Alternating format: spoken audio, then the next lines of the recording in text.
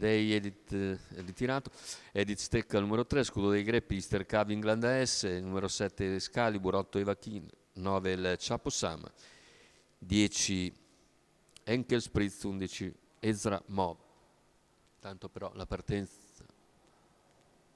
vede di galoppo numero e 4 e Scudo dei Greppi si lancia squalificato. in avanti Easter Cav e nella sua scia ripiega immediatamente England AS, che vedete in seconda posizione lungo la corda. Evidentemente intende, non è neanche provato ad andare a chiedere strada, l'ultima volta ha corso sotto, ora però potrebbe anche spostare. Vediamo le mosse di Alessandro Gossadoro, si sposta all'esterno, va su Easter Cav che non si oppone e dopo 450 metri, quindi nuova leader la favorita England AS.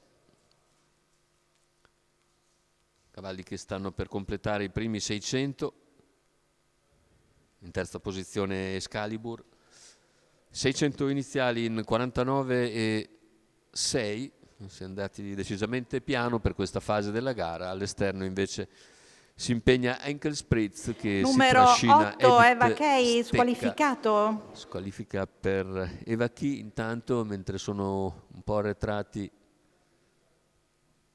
il Chapo Sam ed Scudo dei Greppi, che però era già squalificato. Intanto in vantaggio è sempre England AS, si impegna a largo Henkel Spritz, se ne va 1 chilometro in 1:21.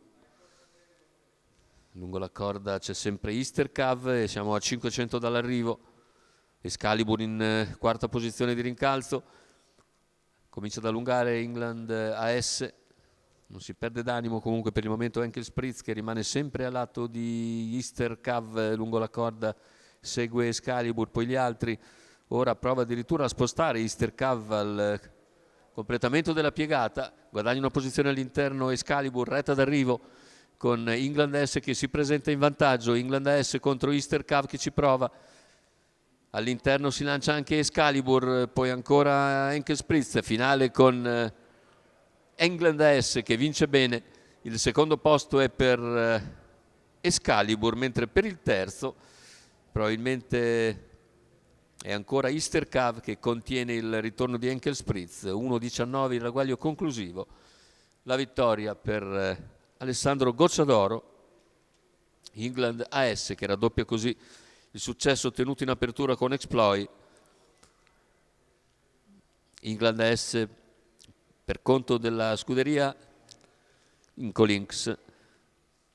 Vediamo le battute conclusive. Vince bene nel finale controllando il tentativo interno di Excalibur, mentre al terzo finisce Easter Cav per un arrivo che dice 6, 7, 5, almeno a livello ancora ufficioso.